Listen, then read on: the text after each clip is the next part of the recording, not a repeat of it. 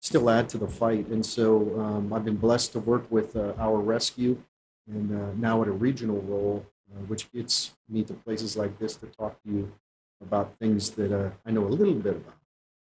Um,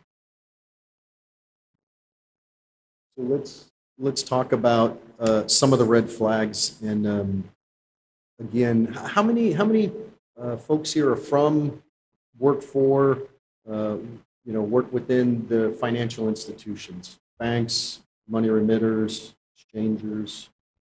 Do we have any hardcore bankers, so to speak, financial folks? Okay.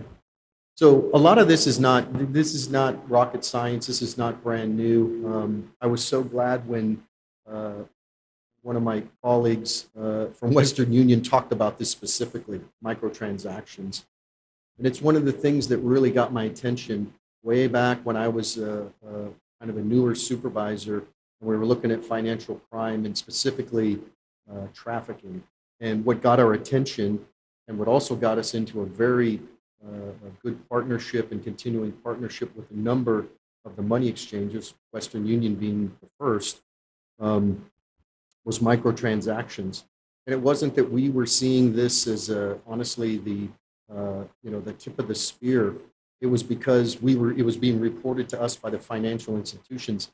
They couldn't understand why in the span of 30 minutes there was these microtransactions going rapid fire from accounts. And so when we started to put a lens on that and look at that and get out there and actually do the legwork in the field, we found out, aha, why is this? Well, as the person is watching child sexual assault material, literally child being raped, through the video, through streaming, there were increments, 5 minute, 10-minute increments that they had to pay to play. And the crazy thing was, these were micro. We talked a little bit about thresholds because that's a big thing when it comes to, what do I monitor? What kind of resources do I put? Is it under, let's say the filing requirement of $10,000 in the United States? Well, these are micro transactions, like $5 every 5 minutes. And for a lot of people, and I don't have to, kind of preach to this choir or to this audience, but $5 when you're in the province in the Philippines, or you're out, in the, clicheically the jungle, out in NTT, or off the grid, so to speak, $5 could be a week's wage. And so sadly, the parent, because they have nothing, just desperation, is selling their child via streaming at 5 minute increments for, let's say, $5, 150,000 rupiah, maybe 250 peso. It's phenomenal, right? But you see the pattern. Boom, 5 minutes, $5, 5 minutes, $5, 5 minutes, $5. It makes no sense when you look at it from the money remitter, the exchanger's perspective. Like, what kind of transaction is that? So microtransactions are a big deal. Also, because again, we live in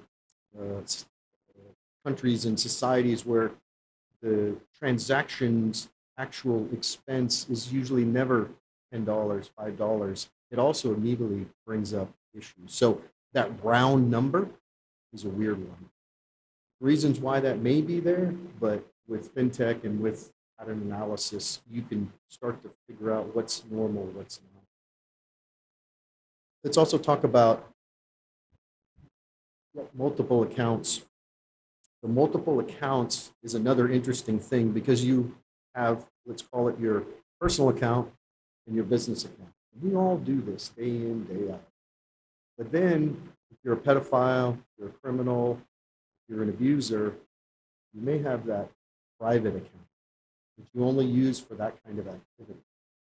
And it's interesting because when we do the analysis after the fact, financial transactions and what bad people do, they're always juggling personal accounts, business accounts, private accounts. When you step back and look at that from a financial analysis perspective, very interesting. Again, it makes them vulnerable to pattern analysis, transaction monitoring, and things like that. Because I, as a single entity, makes sense to see, again, my bank account. But what happens when I got 3 or 4 bank accounts? Because I'm trying to, work these different parts of my life. I got 3 or 4 different credit cards, again, because I have to separate them. The sloppy ones are easy, but like I said, when it starts to get complex, it also opens vulnerabilities to the bad guys. And, facilitators. So that's a total, like we could talk for hours about those that facilitate. And some of them are near and dear to the actual perpetrators. The people that bring, let's say, the girls to hotels or from the airport or to the John or what have you. But there's also just the classic money launderers that I dealt with for years and years and years to convert, that proceeds of crime into what they can do or what they can use to buy boats and houses and what have you. Those facilitators are so important. But again, you got more people in a mix, it's easier to start to develop patterns, to start to see, kind of what's going on, and more opportunities for mistakes and vulnerabilities. Because what I've found in 31 years is, and it's sad, we don't always catch, well, we don't catch the real smart ones, the real hardcore criminals that are meticulous and never make mistakes. I would like to think we catch the ones, in the middle that think they're good, but we're better. And then obviously we stumble over and are constantly catching the dumb ones that, can't get out of their own way. So oftentimes what the issue is literally I may know as a criminal investigator that so-and-so is up to such and such. But the work is finding the mistake that I can then go after them on, in other words, convict them with the help of our prosecutors. So the facilitators give us a whole nother area where they're vulnerable. And again, we can pattern that activity. Different countries, obviously, when you're starting to see me traveling to 5, 6, 7 different countries, and it just doesn't make sense, it doesn't make sense, right? So another vulnerability, another thing that is very hard to stop, even with VPNs and things like that, your presence in a 3rd country, 4th country, 5th country, or your activities, as you're pushing them offshore to coordinate illicit activity, it's easier to find, again, those patterns, find those transactions, and bring them to light with STRs and such.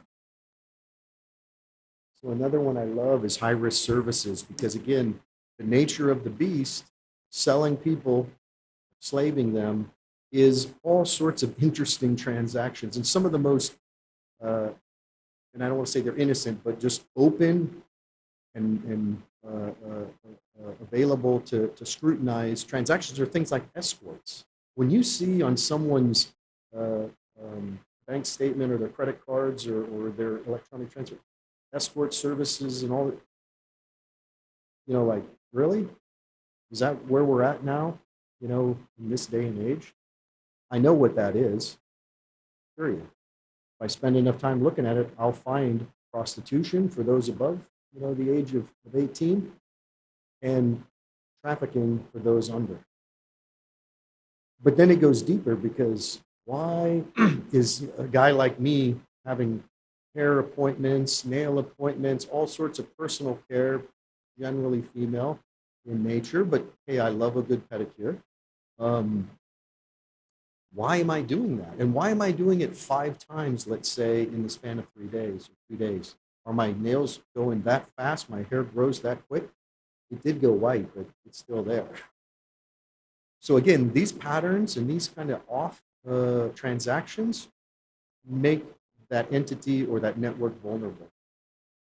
Taxis, again, I dutifully and, because I didn't want to walk from the airport, got a taxi from the airport to this hotel. But what happens if I was bringing 5 girls to this hotel because I had all these customers and I needed to book 2 or 3 taxis? Does that make any sense? Again, it's all about pattern analysis, transaction monitoring, good fintech. Now that AI is, kind of charging, trying to figure it out and applying technology. Um, SIMS is another thing, vulnerability. We got to use our phones. We live on our phones. We literally operate from our phones. So if I'm going from country to country to country, you should be able to see patterns, telltale signs, multiple SIMs, all charging back to the same credit card. Again, a vulnerability. If I was really that sharp, it would be to separate accounts for each of my activities. But again, in the heat of the moment, trying to coordinate, 10 kids to get them to 5 different customers, blah, blah. It's just too much. And guess what? I've made a mistake. Now law enforcement and honestly, the fintech and the banking side can bring this to light, get an STR out. I know I've missed a bunch because there's tons and tons of potential, what we would call these high risk services, but gives you the idea where we're going. Look at this frequency next.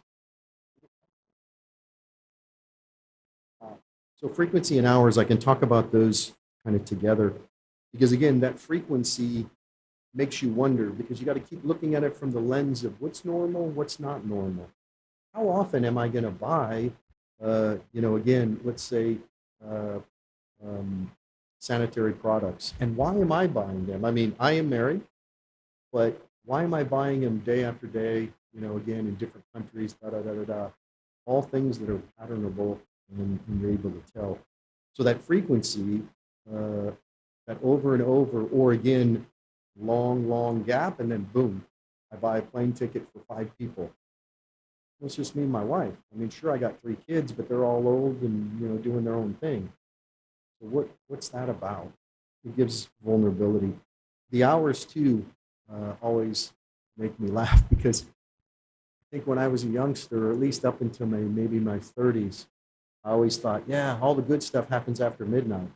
But once I got older, it was like, no, nothing good happens after midnight generally, at least not on the street. And so hours tell us a lot too. And again, it's hard to obfuscate, to obscure, to rewrite those hour marks, right? So when you're doing something at 3 o'clock in the morning, 4 o'clock in the morning, it makes you wonder why. I mean, what are you doing? It's one thing if you're working shift work, I get it. But again, if I even purported to be a baker, a businessman, just normal run of the mill, why are a majority of my transactions on this credit card and this e-wallet at midnight, 1 o'clock, 2 o'clock, 3 o'clock? Doesn't make much sense, right? So we can start to look at hours, we can start to look at frequency, and start to put together solutions. Crypto. And crypto's kind of an interesting one. I remember when credit cards were coming about and everyone thought, oh, that's crazy. This credit card thing doesn't make much sense. I was a youngster then. I remember playing with my dad. He had a credit card that the military gave him because he was a military officer. He traveled a lot. And little would I know that would eventually be eclipsed by a cell phone, smartphone with wallet apps. And within that, a total separate world called cryptocurrency, decentralized medium of exchange. And the thing is there's great potential for cryptocurrency and where it may go and all that, and we don't have time to go into it. But for better or for worse, crypto has been used for some horrific crime and continuing crime, and so it always bears watching. And I remember as that started, I was at our headquarters and working on financial policy and financial training and just our relationships with financial institutions. And it was interesting those conversations and what banks thought at the time, what they now think, where we are from, just 10 years ago. So cryptocurrency is always something to bear watching. And our investigators have to, just like back in the 70s, our investigators had to learn what is going on with credit cards. You've got to know what's going on with crypto. Our investigators have to be fluent and versed in investigating and tracing and doing what needs to be done in the crypto space. So where do we go? We're trying to build a world of pattern plus fintech filters leading us to solutions. Because again, all of these red flags are the vulnerabilities that we'll use to find the bad guys and free the victims. It's imperative that the financial institution takes it serious. I forget the actual numbers, and again, you've seen some of them, of how many people are enslaved throughout the world. And honestly, the linchpin, what everything has in common, is there's a transaction, there's a financial transaction.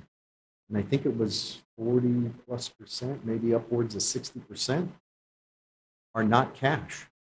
Again, it's some kind of electronic, it's some kind of bank, it's some kind of credit card, it's some kind of electronic wallet, it's something that's traceable. Cash is hard. I used to chase cash all the time, and literally. Now it's electronic. Good for us because it's much more traceable. So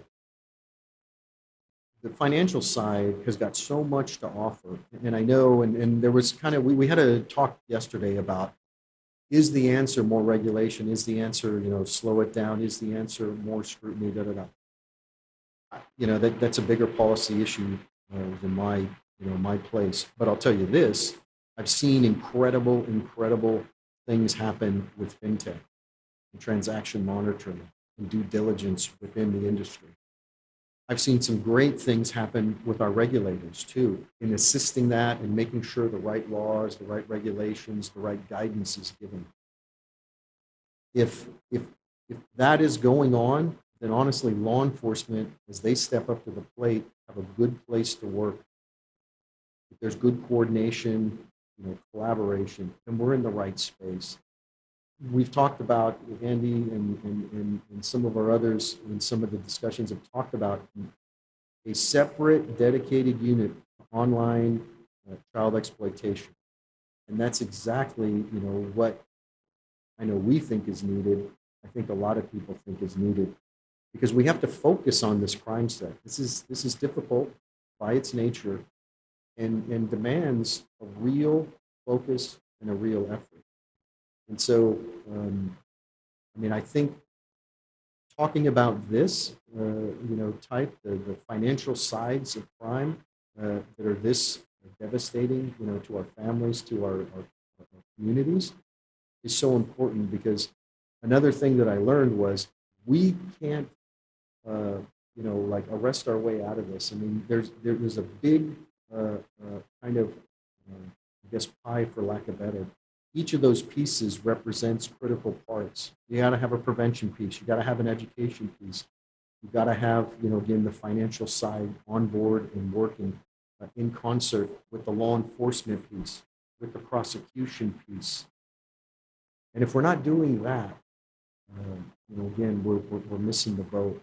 Law enforcement, for their part, and kind of where I'm near and dear because of my history, has to focus. I've been all over the world. I've seen when you don't focus, it doesn't get done, or maybe better, it doesn't get done well.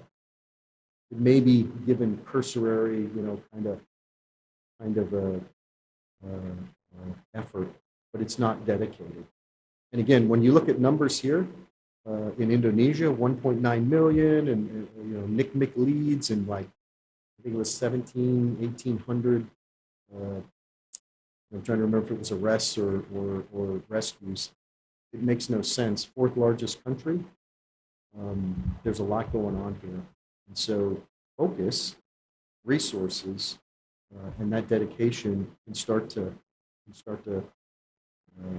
as they say, turn the needle or move the needle. So those are my thoughts again about the red flags and maybe ways forward.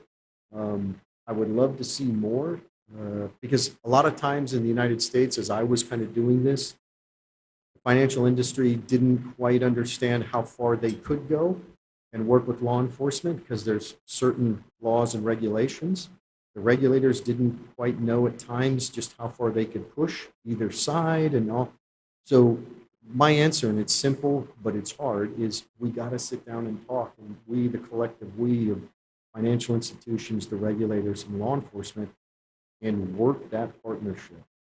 Because here's the other thing that keeps me awake at night, or at least makes my sleep bad, is I know the bad guys, the bad girls, they do. They partner with the smugglers. They partner with the drug dealers to keep their slaves doped. They partner with the transportation networks.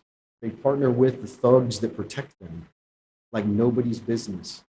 I spent time in Palestine working with the Palestinians, and guess what? They may hate each other, the two sides, but I'll tell you where they worked like nobody's business. It's when it came to crime. Period. Right? So we have to do better. And it's just a fact. It's never enough, and we just got to keep working at it because we know, our adversary, the criminals, they don't care what color you are, they don't care what religion, what creed, whatever. It's all about money. And money, will get them motivated and they'll work together. With us, it's a higher calling. In other words, this idea of we can make a difference in someone's life. So I implore that we all do that. And, we set aside maybe the stovepipes, and I've lived them as a government official, and we find the happy medium to go forward. And again, thank everyone for your participation, listening, and I'd love to hear some questions.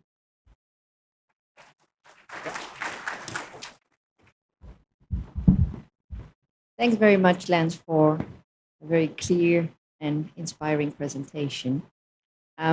So please note down your questions. We will have time at the end.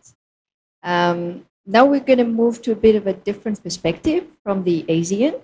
So I'm going to call Mrs. Yanti Kusumawardani to the stage. Please come. And let's give her a round of applause.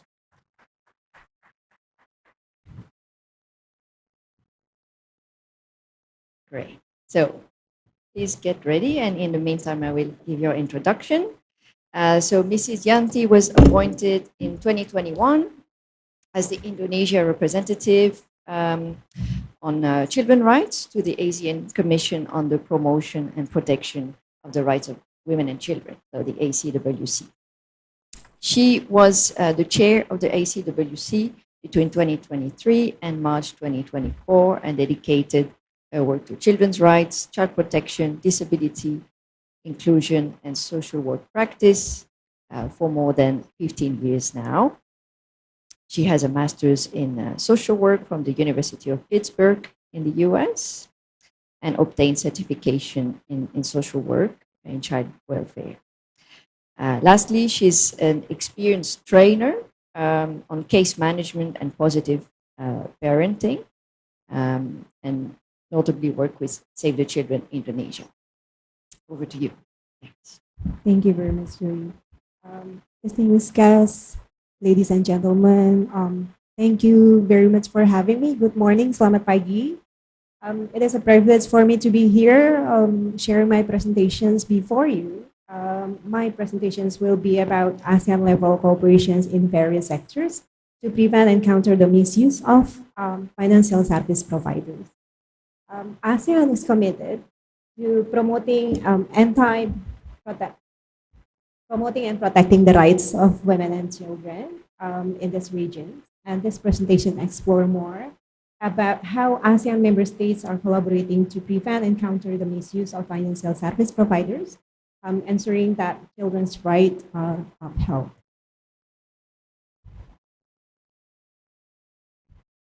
So as you can see here, ASEAN member states are committed and safeguarding financial services for children. There are three things in safeguarding financial services for children.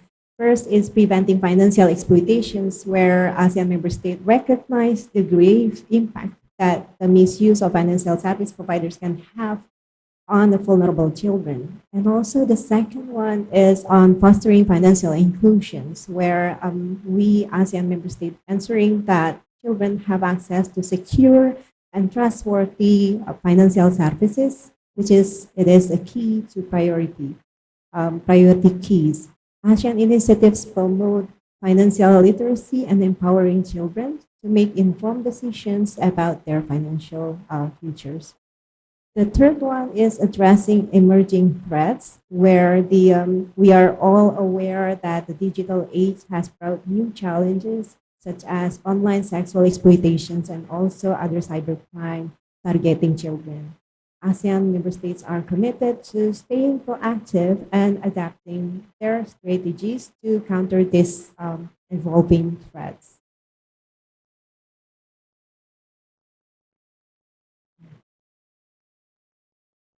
So, as you can see here, there are four fundamental children's rights as stated in UNCRC. The first one is the rights to survival, and the second one is right to protections. The third one is right to development and right to participation. And we are ensuring that ASEAN is fulfilling these four fundamental rights, including on the addressing the misuse of financial service providers in relations to child sexual exploitation.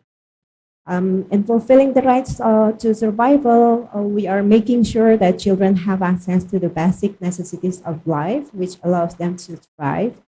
In fulfilling the rights to protections, ASEAN member states are making sure all efforts protecting children from all forms of abuse, neglect, exploitations, and violence, both online and offline platforms. And fulfilling the rights to development, ASEAN member states providing children with opportunities to grow, learn, and reach their full potential. And the last one, which is not least, the rights to protections. This is something sometimes being forgotten, that children have the rights to participate meaningfully in development process, and ASEAN member states upholding the children's right to have a voice and actively participate in decisions that affect their lives. When, as today, we discuss a lot about the impact of the misuse of financial service providers and in relations with the child sexual exploitations, it is very important to also hear their voice, their thoughts, their opinion about these situations as well. So, as mentioned, that there are a lot of impact of the misuse of financial services on children. The first one is on economic hardships, which can deprive children of essential resources, and that leads to financial instability, poverty, and limited access to basic needs while we are trying to fulfill their basic necessities as mentioned in the previous slides. And it also disrupted their future. When financial services are misused, it can significantly impact children, especially as survivors, where their education opportunities, the ability to achieve their goals, hindering their overall development and potential. And also, we are aware of the psychological issues as an impact of the misuse of financial services on children, which causing stress, anxiety, and also sense of betrayal that can have a long-lasting impact on children. And the last one, and I'm sure that there are many other impacts beside the positive of the financial services on children, but then when it is misused, mistreated, the impact are impacting a lot of sectors in children development, including the increased vulnerability of children that can make children more susceptible to many forms of abuse, exploitations, human trafficking, and also further compromising their safety and well-being as well. There are a lot of collaborations among ASEAN member states that have been undertaken in many years. The first one in terms of information sharing.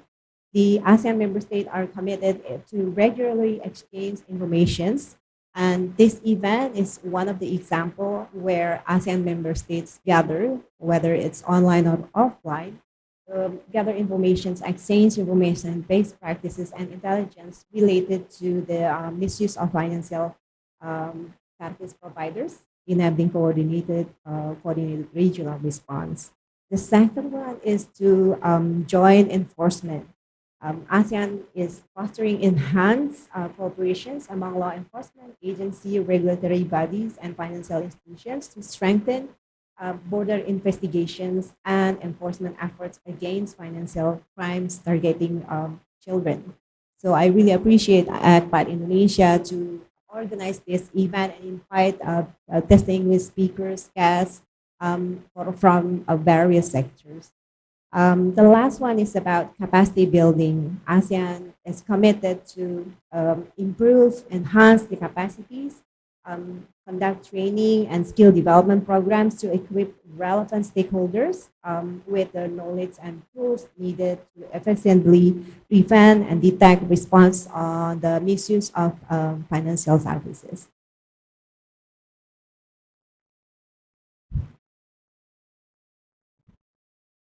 So there are a lot of regulatory frameworks and policy have been developed within ASEAN member states under ASEAN sectoral bodies, including the one that have been undertaken by ACWC. We highlight the importance of regional coordination. So ASEAN has established comprehensive regulatory frameworks and guidelines, and these are available through the ASEAN website. You can always download this in relations to the topic that you are interested in, including this one, the misuse of the financial service providers. To foster regional cooperations and combat the misuse of financial service providers.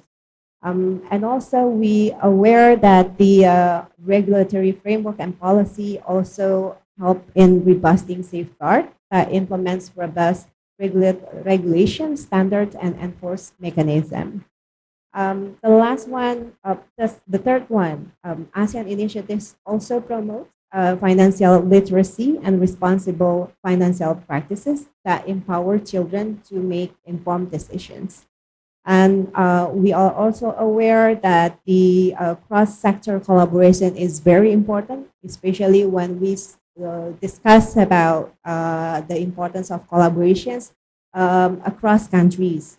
ASEAN encourage collaborations among government agencies, financial institutions, civil societies, organizations, and other stakeholders to adopt comprehensive approach to protecting children's financial rights. So these are some examples, some of the instruments to give you some experience or evidence where ASEAN commitment to end all forms of violence against children. Under the work of ACWC or ASEAN Commissions on the Promotion and Protection on the Rights of Women and Children, we develop what we call as a regional action plan for the protection of children from all forms of online exploitations and abuse in ASEAN, or we used to call it RPA COEA. And also we have the ASEAN Declaration on Elimination of Violence Against Women and Violence Against Children. This is the umbrella declarations that as a reference for us in ASEAN sectoral bodies to develop anything related to fulfilling the rights of women and children. We also have the ASEAN Multi-Sectoral Work Plan Against Trafficking in Persons 2023-2028. And we have ASEAN Digital Master Plan 2025. And we've been conducting ASEAN ICT Forum for the last 3 years. The first one was conducted in 2022 in Cambodia. And then the second one was conducted last year, 2023, in Bangkok. And the third one will be conducted in Bali next month. I hope all of you can participate as well. This is to invite different sectors, government, UN agencies, CSOs, especially the companies that work on digital technologies and also financial institutions to discuss and bring commitment about protecting children online. And it aims to promote meaningful coordinations actions against all forms of child online exploitation and abuse in ASEAN. There are also key instruments on cybersecurity and transnational crime in ASEAN. As you can see here, in ASEAN, we have ASEAN Cybercrime Cooperation's Operation Cooperation Framework 2021 and CII Protections Framework 2018, ASEAN Plan of Actions on Combating Transnational Crime 2016-2025, and this one adopted in 2017. ASEAN Declarations to Prevent and Combat Cybercrime 2017, and our Kuala Lumpur Declarations in Combating Transnational Crime 2015, and ASEAN Declarations on Transnational Crime 1997. There are also challenges in ASEAN regions in addressing the misuse of financial service providers. The first one is diverse jurisdictions. The varying legal and regulatory framework across ASEAN member states can also pose challenges in a way in harmonizing approaches and coordinating cross-border efforts to prevent and counter the misuse of financial service providers. And the second one is the limited awareness, increasing public awareness. We are aware the importance of that, about protecting children from all forms of violence and the risks associated with the misuse of financial service providers is an ongoing challenge in ASEAN regions. But we make sure that we need to work in synergy where protecting children is our priority. The third one is about technology advancement, where we need to catch up with the technology advancement, the rapid evolutions of financial technology, and the emergence of new financial products and services require ASEAN member states to continuously adapt their strategies and stay ahead of emerging threats. Okay. On capacity building and information sharing, ACWC and in relations in coordinations with other ASEAN sectoral bodies have been undertaken regional training programs, knowledge exchange platforms, such as what we have for the last 2 days, and also collaborative research. And these are the initiatives that are going to be undertaken in future, in many times in the future, because we are aware that it is very important to to build the capacity building, build the capacities of the ASEAN member states and other stakeholders in relevance to the related issues, and also the importance of knowledge exchange platforms as we have today. And we are aware that sharing best practices and data information sharing is also important and enrich our knowledge and capacities as well. And we also aware the importance of having collaborative research, as the data could be the strong evidence for us to build a strong program in addressing the misuse of financial service providers.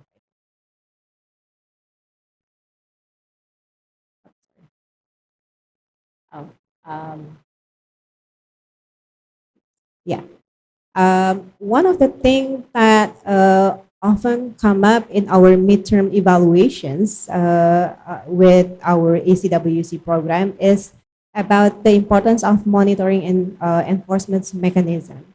So in my presentations, I also highlight that it is important in addressing the misuse of financial service providers in relations to child sexual exploitations.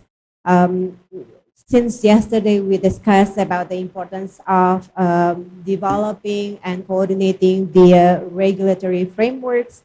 And also, until today, the previous speakers highlights the importance of reporting and complaint system reporting mechanism, and also the cross-border cooperations as mentioned before, and also the accountability measures, and making sure that no child left behind in addressing the child sexual exploitation involving the financial service providers.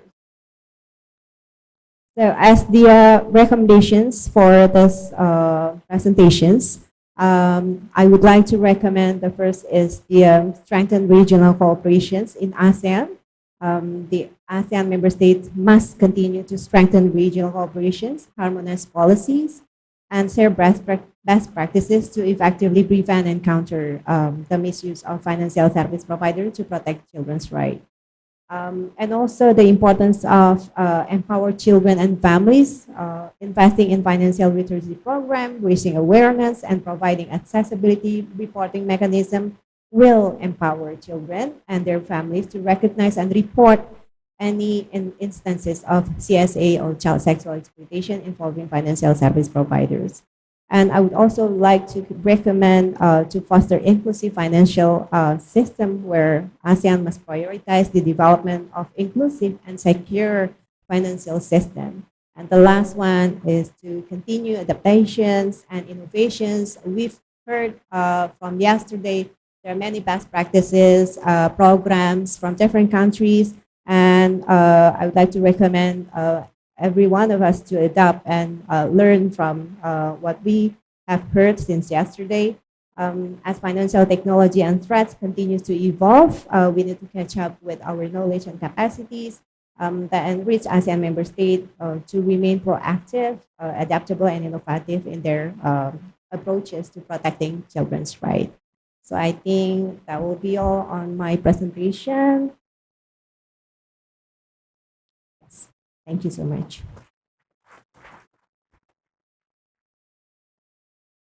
Thank you very much, Mrs. Yanti. Please have a seat.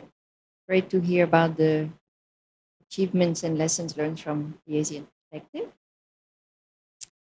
From the Asian perspective, now we're going to move to the international cooperation perspective. So I will call to the stage Mrs. Zelda Anderton, who is the Deputy Head of Office for UNODC in Indonesia. Let's give her a round of applause.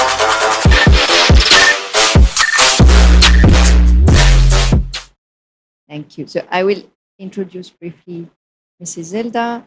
She's the anti-money laundering and counter-financing of terrorism advisor appointed by the United Nations Office on Drugs and Crimes, that's UNODC, headquartered in Vienna. She's based in Jakarta. And so the deputy heads of office and also the regional focal point on terrorism financing for Southeast Asia and the Pacific. Prior to joining UNODC, Mrs. Anderton served for 16 years with the Australian Financial Intelligence Agency, or AUSTRAC, which we learned about yesterday.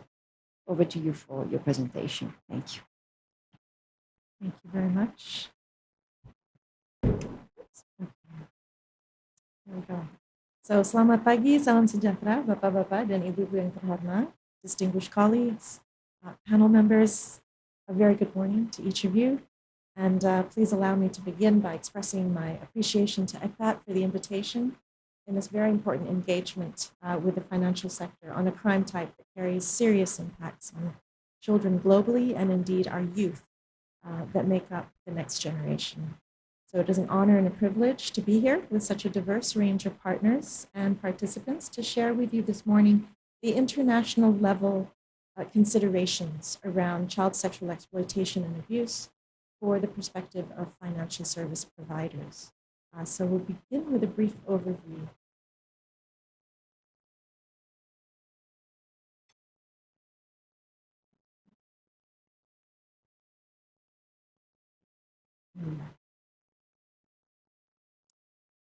So allow me to first highlight some key considerations around the work of the United Nations Office on Drugs and Crime, or UNODC, to set the context around our engagement on this particular crime type and our engagement with the private sector and financial institutions. So established in 1997 and headquartered in Vienna, Austria, UNODC's mission is to contribute to global peace and security, human rights, and development by making the world safer from drugs, crime, corruption, and terrorism.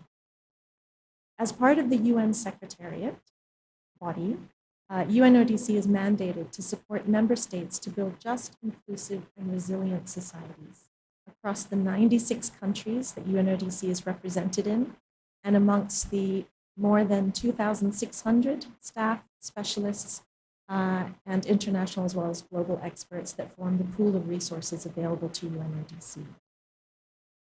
UNODC is also the custodian to a number of United Nations conventions and instruments that are agreed upon and ratified by member states, your governments here in the room. And these form the multilateral instruments that guide and direct our work in the space of drugs and crime, including crimes associated with child sexual exploitation, and importantly, the proceeds derived from those crimes for the gains and enjoyment by organized criminal networks. The focus on the proceeds of crime generated by criminal networks is the premise for the follow the money approach to identifying, disrupting, and ultimately preventing crime, and especially crimes against children. The importance of this approach for the international community is encapsulated in the Crime Congress communique called the Kyoto Declaration, which was released after the Congress in Japan in 2021. Specifically, the Kyoto Declaration, which is global in nature, places emphasis on developing and implementing effective measures to tackle the economic dimensions of crime, depriving criminals and criminal organizations of their illicit gains by identifying, tracing, seizing, confiscating, recovering, and returning proceeds of crime, establishing robust domestic frameworks for financial investigations, and developing strategies to prevent and combat money laundering and illicit financial flows. So these are the considerations that form the premise for the financial or follow the money aspect of crimes, such as those that are also associated with online sexual exploitation and abuse of children, or Asean. International cooperation, therefore, is an essential part of child sexual exploitation globally as we collectively tackle this crime, target the proceeds generated from the crime, and ultimately aim to protect its victims, children, in real time, in the online space, and across borders.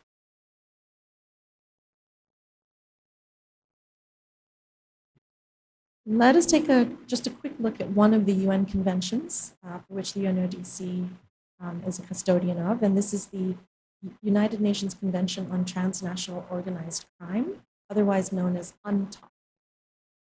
The convention, which has been adopted by 190 parties and constitutes a legal treaty, includes the following notable commitments that apply to the work of child sexual exploitation and financial crime, specifically in the laundering of money from the proceeds of the crime.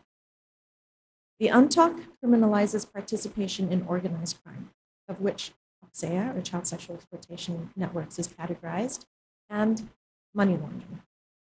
It enhances domestic criminal justice responses with the inclusion of the protection of victims and witnesses, particularly children, in the cases of child sexual exploitation. It establishes international cooperation mechanisms that include extradition, mutual legal assistance, cooperation on confiscation of assets, and law enforcement cooperation. Importantly, the UNTOC also provides member states who may not already have legislation around mutual legal assistance with a legal or treaty-based basis for international cooperation via mutual legal assistance for the cross-border investigation and prosecution of criminal networks.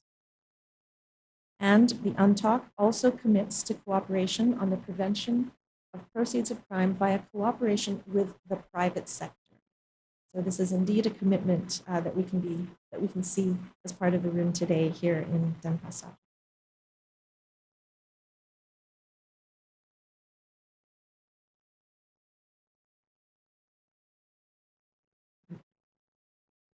So child sexual exploitation is a serious and growing issue, exacerbated by the widespread use of information and communication technologies, as I'm sure we've heard over yesterday and today. So the UNODC plays a crucial role in combating this problem through various initiatives and strategies. Encouraging member states to develop and implement, as appropriate, comprehensive crime prevention policies, national and local strategies and action plans based on an understanding of the multiple factors that contribute to crime and to address such factors in a holistic manner, in close cooperation with all stakeholders, and in promoting a human rights and victim-centered approach is undertaken on transnational organized crime. So from the perspective of financial crimes, the UNODC takes on, again, the holistic approach, the multilateral and multisectoral approach to combating and preventing this crime type, involving both the public and private sectors, as well as international bodies. UNODC, in this sense, conducts extensive research to understand the dynamics of online sexual exploitation. And the research often happens at the national, regional, as well as international levels, which actually formulate the global perspective on a crime type. UNODC also supports member states in developing and implementing international and national legal frameworks to protect children from sexual exploitation and abuse, as well as supporting compliance with international standards, such as those set out by the Financial Action Task Force, or the FATF, for the establishment of effective anti-money laundering and counter-financing of terrorism regimes. UNODC also helps countries align their national laws with international conventions, such as the Convention on the Rights of the Child and UNTOC. UNODC also provides technical assistance and capacity building to strengthen the capacities of member states in addressing child exploitation through workshops, training, and technical assistance provided to law enforcement agencies, financial intelligence units, AML-CFT regulators, judicial authorities, and other stakeholders, including private sector participants. On information sharing, UNODC promotes the exchange of information and best practices amongst countries. UNODC also runs campaigns to raise awareness among children, parents, and communities about the risks of online behavior. And we support international cooperation in the investigation and prosecution of child exploitation crimes by facilitating member states' initiatives and joint investigations between countries. And then globally, multilateral efforts involving organizations such as the UNODC, Interpol, Europol, and other UN agencies, as well as global coalitions on crime, is also important in preventing and disrupting the cross-border or borderless nature of the financial transactions in this space. And global partnerships can also help shed light on changing patterns and emerging trends related to child sexual exploitation and the laundering of its proceeds of crime. So by leveraging these strategies and approaches, UNODC aims to create a cohesive and effective global response to protect children from online sexual exploitation and organized criminal networks from profiting from this crime.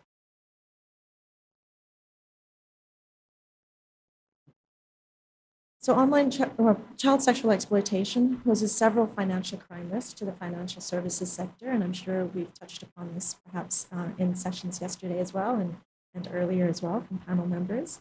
And these include, as on screen, money laundering. So perpetrators of child sexual exploitation often use financial institutions to launder money obtained from the illegal activities.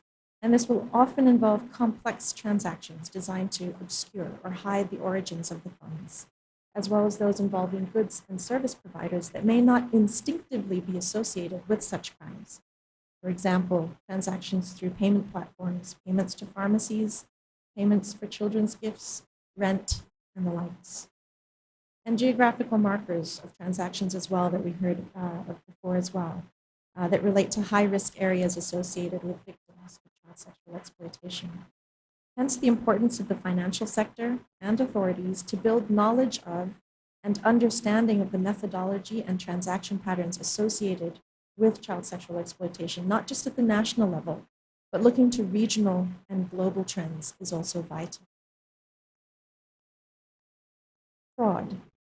With the advancement of technology, financial institutions may be targeted by criminal organizations utilizing stolen identities or compromised accounts to facilitate the related transactions across borders.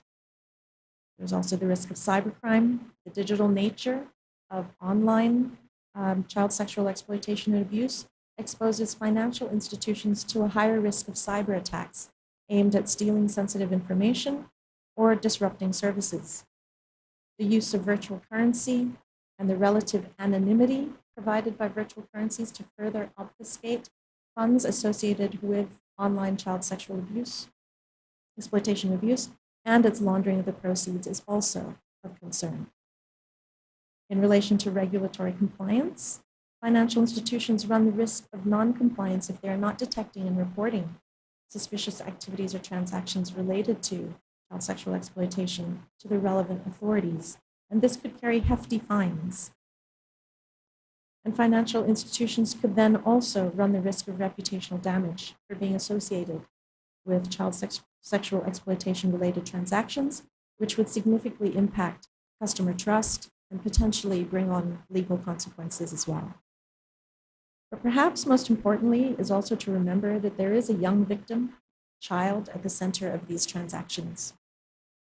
In formulating the suspicion around sexual exploitation, child sexual exploitation related transactions, it is important to understand the crime itself and have in place effective coordination with authorities such as law enforcement and child protection and services agencies. In suspending or freezing a transaction or leveling out the suspicion of child sexual exploitation against a customer, a child's safety and life could be endangered. The offender may be tipped to destroy evidence, move operations to a different jurisdiction, or indeed hurt or kill the child. So the interagency and multi-sectoral approach to understanding the crime type well and taking a victim-centered approach here is really important in mitigating the risks and the type of risks in this sector. So as part of that mitigation, financial institutions need robust anti-money laundering frameworks that are in compliance with FATF standards that ensure the integrity and therefore protection of financial service providers from misuse by organized crime. To also have partnerships with government and non-government authorities, and to have advanced fraud detection systems, as well as strong cybersecurity measures in place against these risks and vulnerabilities to businesses in the financial services sector.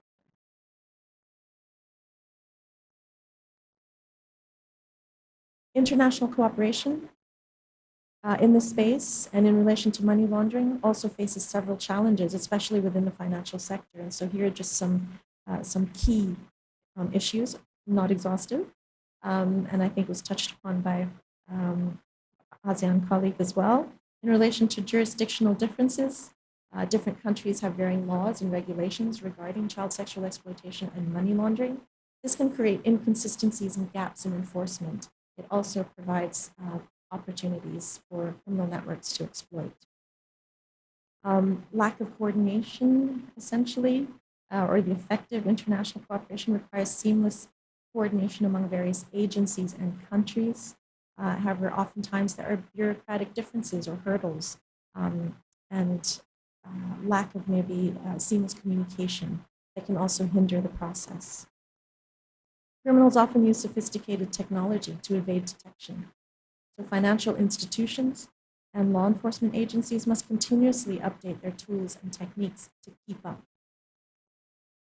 There are also data privacy concerns. Sharing information across borders can be complicated by data privacy laws. And so balancing the need for information sharing with privacy concerns is a significant challenge.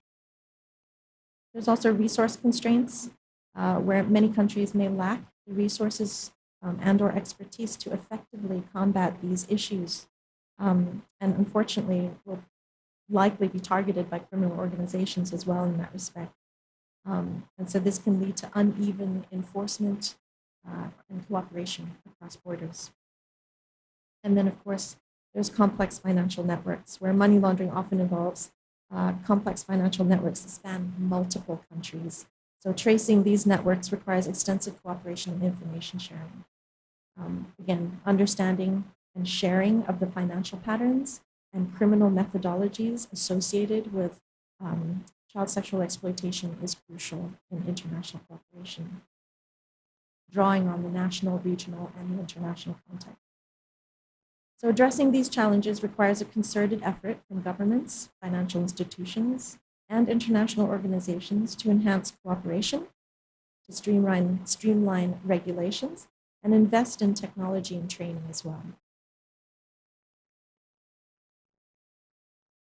And finally, having regard for the risks and vulnerabilities as well as the challenges faced by the financial sector, and having context on the international cooperation framework in place on child sexual exploitation and financial crime.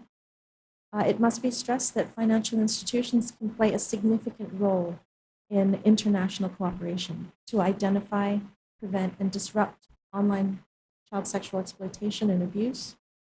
The adoption of key recommendations, such as those samples that are up on screen as well, will also help prevent the misuse of the financial services sector from transnational organized crime involved in child sexual exploitation. So here are just some key strategies that can be considered for broader international cooperation involved in the financial services sector. And that is the adoption of international standards. So implement and adhere to international standards and guidelines, such as those set by the FATF on money laundering. These standards provide a framework for detecting and reporting financial crimes, including those related to child exploitation. And the implementation and adoption of international standards and best practices also contribute to the building of a common global framework to address, disrupt, and prevent child sexual exploitation and the profits generated from this victim-centered crime that affects children. It's also important to consider providing training for staff on the latest trends and typologies of child sexual exploitation, as well as the crime online. This includes understanding how these crimes are financed and how to detect suspicious activities or transactions. This makes a difference to a child's safety and prepares staff well for taking on a victim-centered approach for disruption purposes as well. You can also consider the use of advanced technologies, such as the use of artificial intelligence and machine learning to monitor transactions and detect unusual patterns that may indicate child exploitation activities, therefore developing a robust monitoring system. Information sharing is also key to collaborate with international financial intelligence units and law enforcement agencies to share information on suspicious transactions and activities. This can help identify and track the financial flows associated with child sexual exploitation. Public-private partnerships are really integral as well. This fosters partnerships with other financial institutions, technology companies, and non-government organizations to share best practices and to collaborate on joint initiatives to combat this crime. It's also important to consider ensuring compliance with relevant international and national regulations aimed at preventing financial crimes. This includes adhering to anti-money laundering regulations set out by the various AML-CFT regulators in country. By implementing these strategies, financial institutions can significantly contribute to global efforts to combat child sexual exploitation and protect vulnerable children. Participate and engage in global initiatives and alliances that bring together governments, industry, and civil society to combat this crime type as well is really important. Participating in enhancing coordination and taking collective action.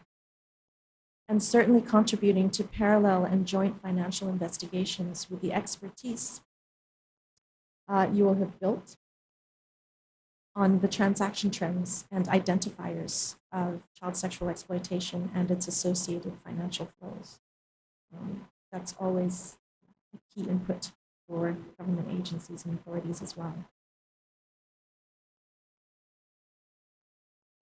So, child sexual exploitation, online child sexual exploitation and abuse, and the laundering of the proceeds from this heinous crime on children is carried out in a complex manner by organized crime networks who seek to protect their operations from authorities and the public and local communities, as we heard earlier as well.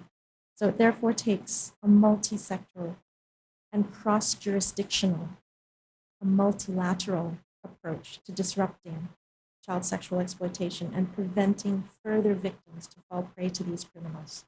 It takes our collective action.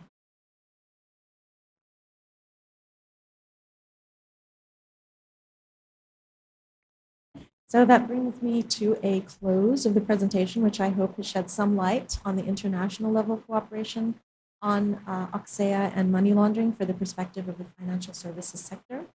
I hope the information shared is beneficial to you and your organizations in your efforts and contribution to tackling this very serious crime and the illicit financial flows that constitute profit for organized crime networks. So we look forward to the next available opportunity to engage and collaborate on this very important. Thank you.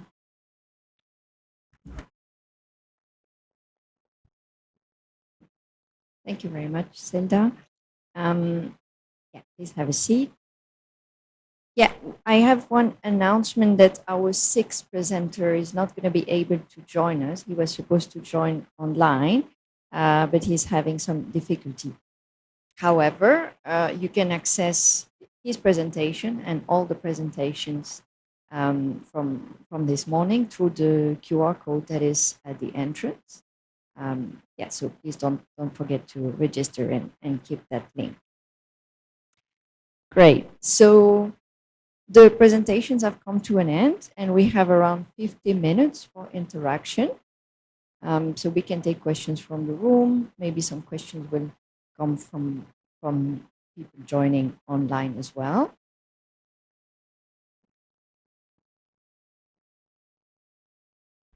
Yeah, there's one question from the room. Please go ahead.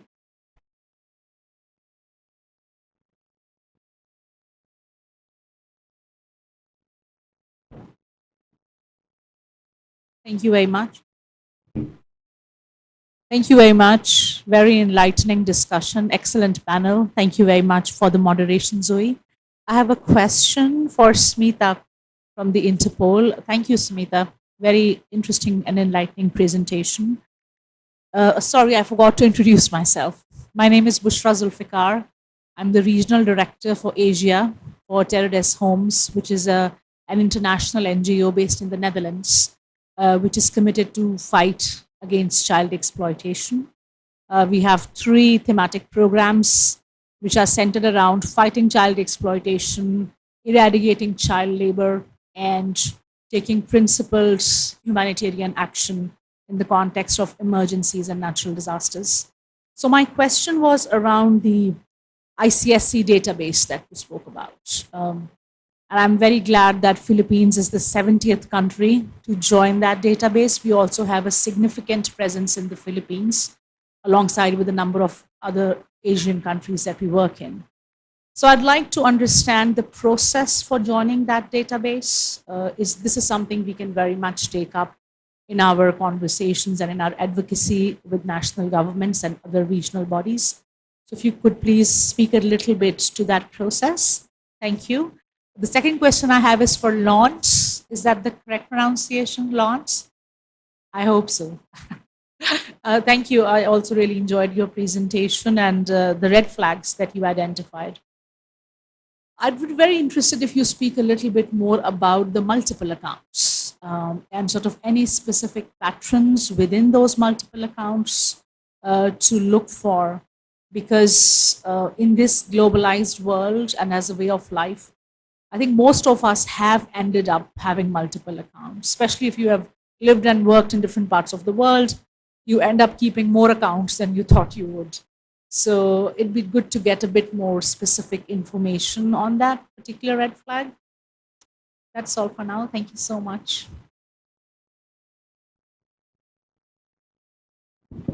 Thank you so much for your question.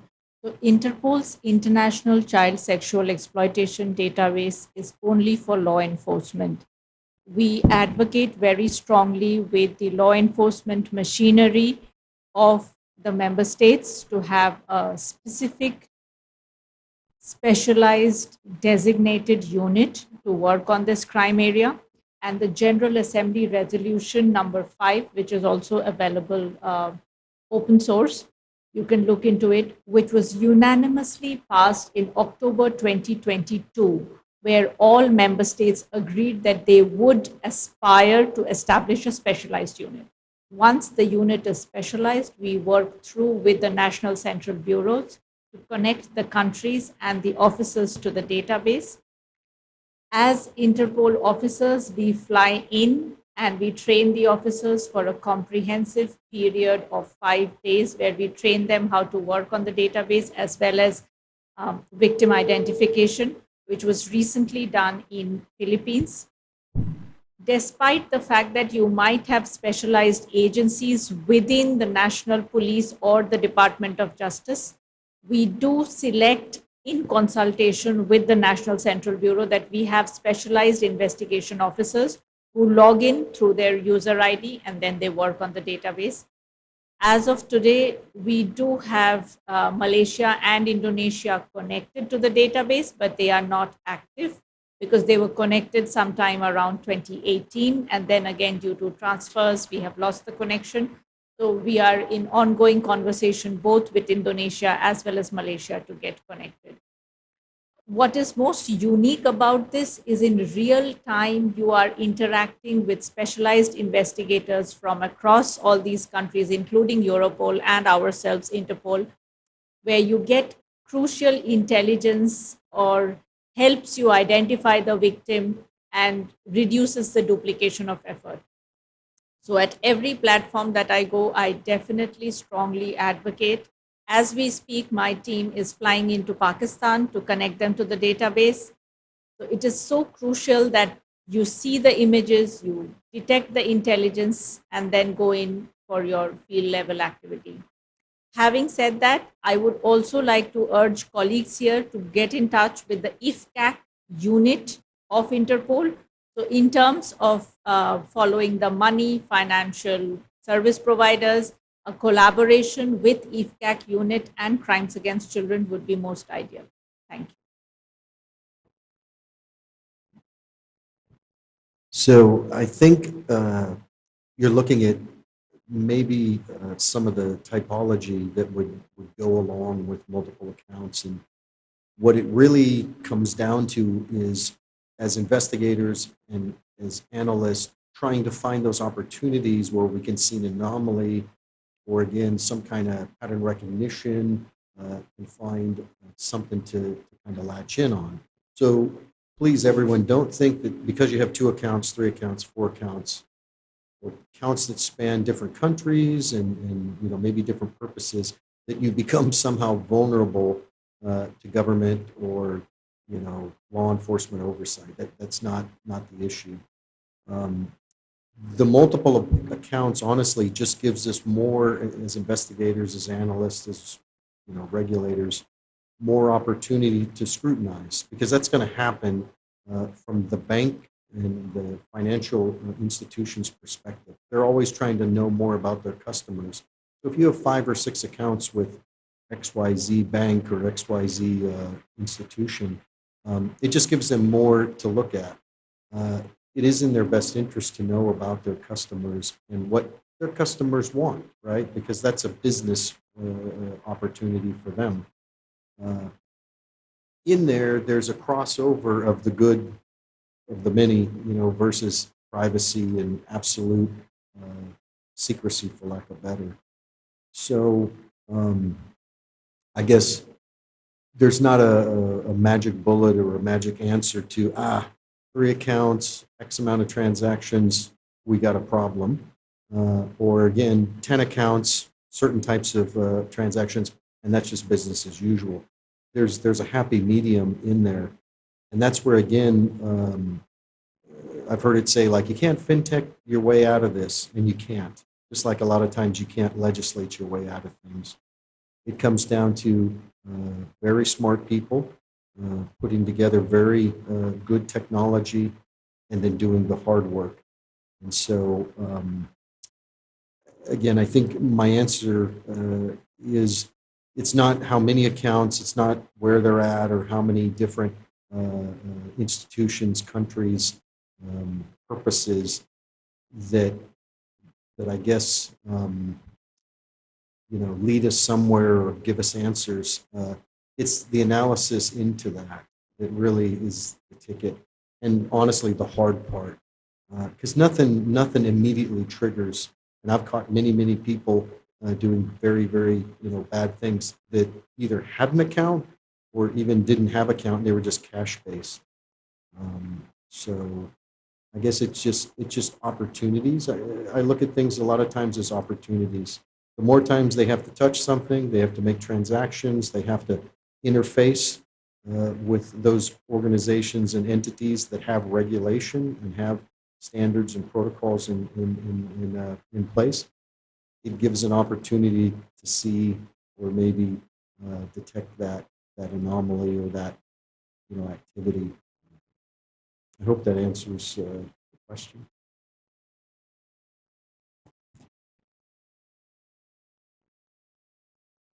Yeah, there's a hand on the left. Thank you.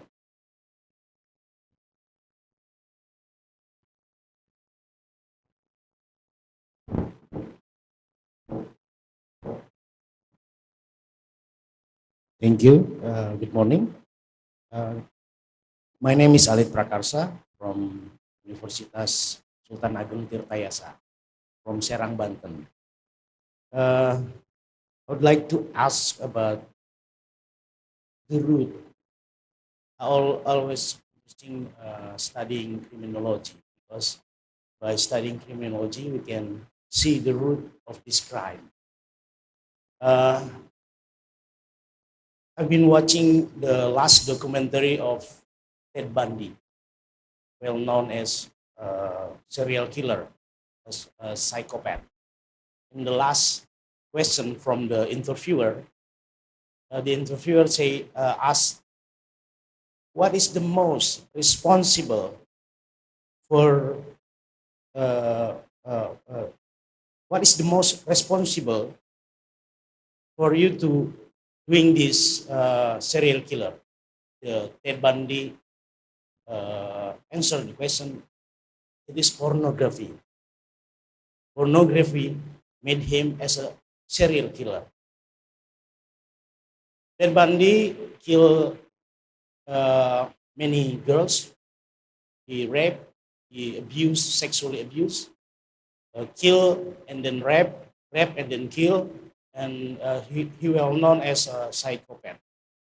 But we, Indonesian, as we say, is flower country, developing country, negara berkembang, is always become a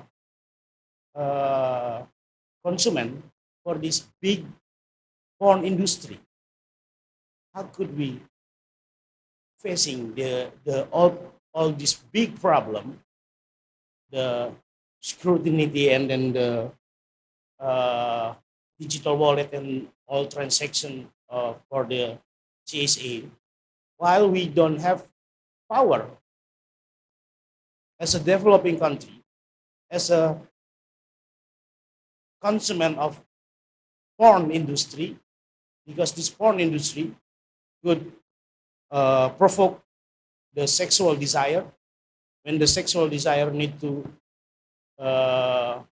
implement to express, and then he will, if he have money, then he will go to the sex worker. If he don't have or the small money, like let's say 5 minutes, $5. But if he don't have money, he will search the victim. Who's the victim? Children. Why children? Children is biologically and sociologically weak victim. How could we, Asian member or developing country, facing this big or huge porn industry, because this is the first root problem of child sexual exploitation. Thank you. Maybe Smita or Lens or everybody can answer my question. Thank you.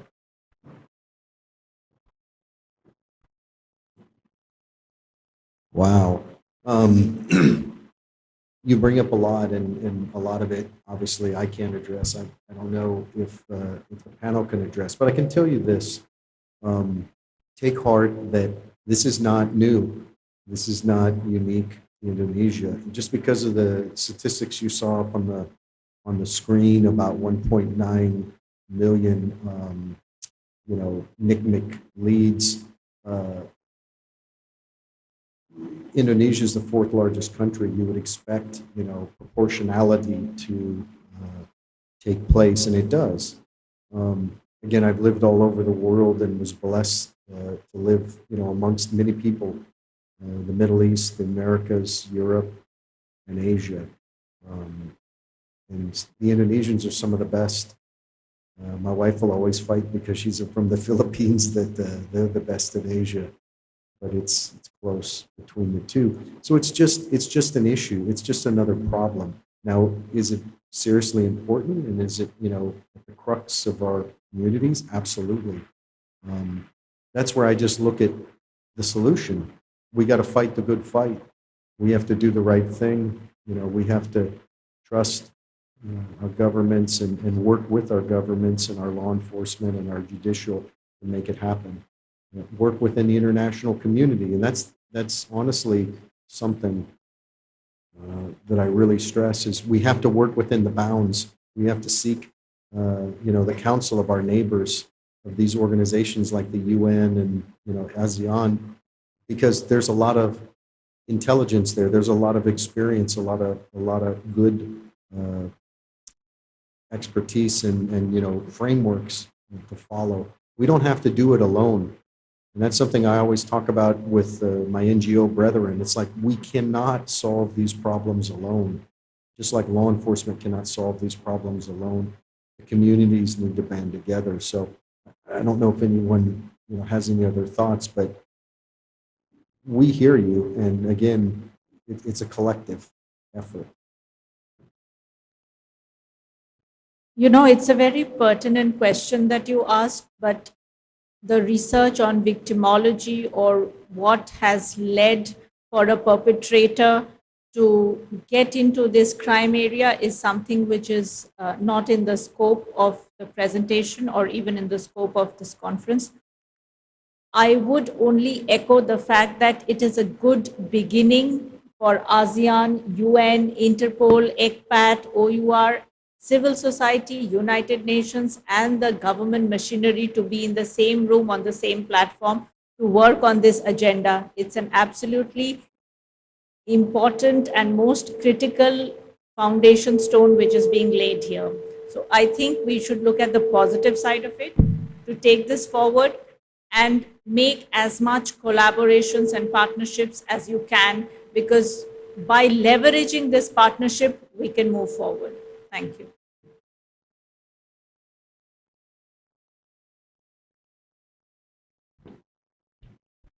Please wait for the mic, because not everyone can hear you. I'm sorry, I forget to mention this. When the pornography shifting to the cyberspace, and then there's media social, such as X or Twitter, and then the other media social media. Why can they be untouchable? Because their content of pornography could provoke sexual desire, and then the last part is there are sexual victims, especially children. Why can they untouchable? What can we do as a developing country facing this social phenomenon? Thank you. Thanks. Yeah, I think there's a response from UNODC. Please go ahead. Right. I think just building on what Lance and Smita have said as well, I think particularly when you look at companies or online companies that are not in your jurisdiction and how that affects your own country and all the different facets of something like as you raised, pornography has the effect on society as well. I think it's important to consider, again, it is about the international cooperation, right? Because your single voice in fighting any crime, in addressing any social issue, a single voice is often a lonely, or a voice that's on its own. So it is important to have coalitions. It is important to come together in events such as this to give voice, to give strength to arguments or considerations that you want to take more so on the global on the global stage. So it's important to find opportunities in forums like this to raise those considerations and concerns, but also approaching it through a multi-sectoral approach is really important too, because law enforcement has one slice of the pie, but there's others as well, right? There's community-based organizations, NGOs, there's education, health ministries, all sorts of departments that make up the authorities within your jurisdiction and the community-based agencies as well. And so that's really important to come together nationally, regionally, to build up the picture as well, because every region has slightly different considerations and impacts as well, depending on a number of different situations and circumstance. So bringing that together and having the collective view at the global level, then there are opportunities to do that. But also bring your expertise, bring your voice from your different sectors that, that you're coming from.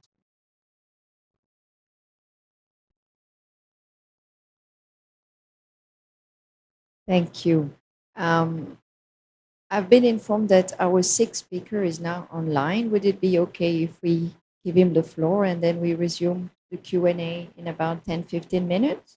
Yeah, I see lots of hands, but sorry, I need to interrupt a bit. Mr. John Carr, are you able to hear us and open your mic? Yeah, I can hear you. I can hear you fine. Can you hear me? Yeah, it works Yeah. fine. I can hear you. Do you have any slides you'd like to project? Yeah, I sent a PowerPoint over a few days ago. Can you see it?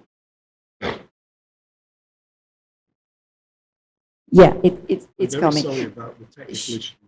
Sure. I'll just quickly introduce you and then give you the floor. So Mr. John Carr is the Secretary of the UK's Children's Charities Coalition on Internet Safety.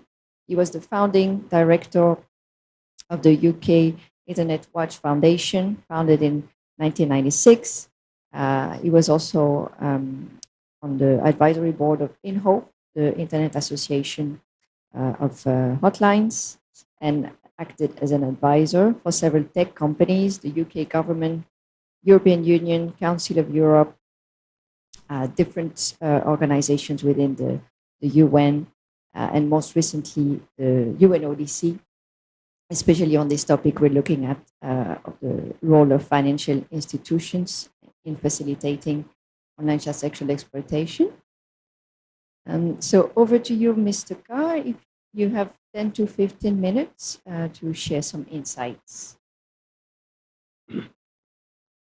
Okay, and I'm very sorry for the problems not being able to get online in time. I'm not at home in London. I'm in a very remote part of England, and there's obviously issues with the local internet. So I looked at your agenda and saw that you have quite a few people there speaking specifically about financial and banking aspects of this question.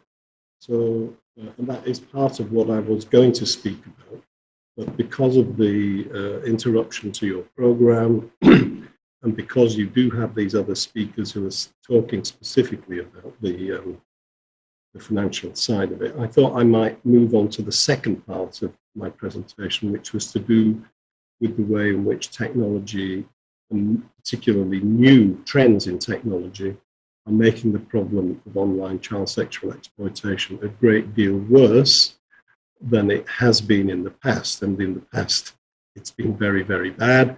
But because of these developments in technology, I'm afraid that the immediate situation looks very gloomy indeed. So, am I in control of the PowerPoint, or is somebody? Am I controlling the PowerPoint, or can you see me moving through it?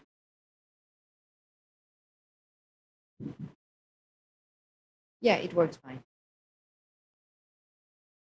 Okay, so okay. Perhaps just one thing that I will say on the financial institution.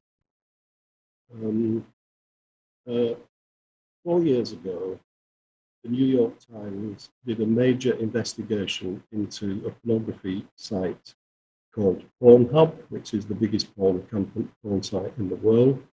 And what they found was that they were hosting a great deal of CSAM videos.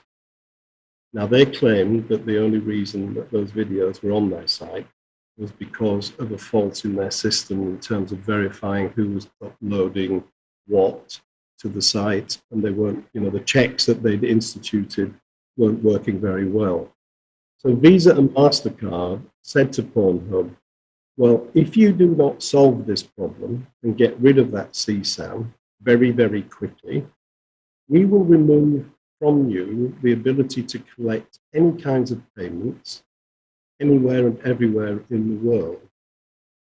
Now, usually when you speak to technology companies, they say things like, this problem is very complicated. You don't understand how these things work. You're not part of the industry. You're not part of our business or our company. This is a very complex and difficult problem. However, when Visa and MasterCard told them if they didn't solve this problem, they would remove their ability to collect payments from anywhere and everywhere in the world, Pornhub removed all of the CSAM within 72 hours. And I think what that underlines is a very simple and very obvious point. These companies are businesses at the end of the day.